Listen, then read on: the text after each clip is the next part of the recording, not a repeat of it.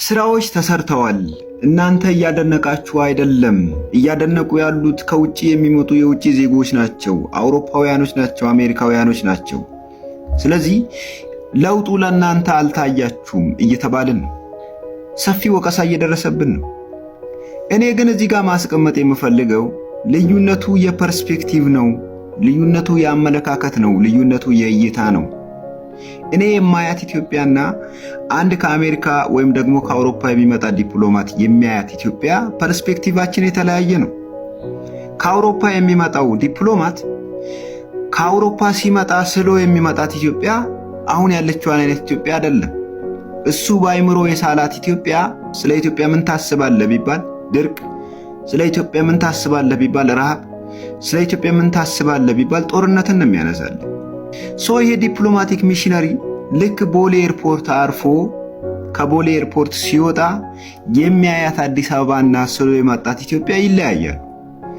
አዲስ አበባ አጊጣለች፣ አዲስ አበባ አምራለች፣ አዲስ አበባ ተሰርታለች። ስለዚህ አሁን የሱ እይታ ከመጣበት ከተማ ጋር እያነጻጸረ ነው የአዲስ አበባን ለውጥ የኢትዮጵያ ለውጥ አድርጎ ያየዋል።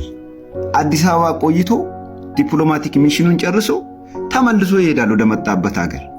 ስለዚህ ሰውዬ መላው ኢትዮጵያን በአዲስ አበባ መስሎ ኢትዮጵያ አድጋለች፣ ኢትዮጵያ ተለውጣለች ብሎ ሊያወራ ይችላል። አሁን እዚህ ጋር ልዩነቱ ምንድን ነው?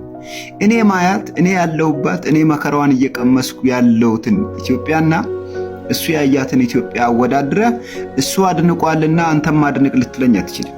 በመካከላችን ሰፊ የሆነ የፐርስፔክቲቭ የእይታ ልዩነት አለ። አትሊስት ዲፕሎማቱ እኔም እኩል እንድናደንቃት የምንችለው አይነት ኢትዮጵያ ይሰራልን ነው እያለን ያለ ነው። በጀቱ እንዳለ አዲስ አበባ ላይ አይለቅ ነው እያለን ያለ ነው። አዲስ አበባ ላይ የሚወጣውና የሚባክነው የበጀት በረከቱ ለሌሎችም አካባቢዎች ይድረስ። ሁሉም ኢትዮጵያዊ የበረከቱ ተካፋይ ይሁን። ያኔ የኔም አመለካከት ለዲፕሎማቲክ ሚሽን ከአውሮፓና ከአሜሪካ የሚመጣው የዲፕሎማት ፐርስፔክቲቭ አትሊስት ባይመሳሰል እንኳን መቀራረብ ይችላል። ኢትዮጵያዊ የማድነቅ ችግር የለበትም።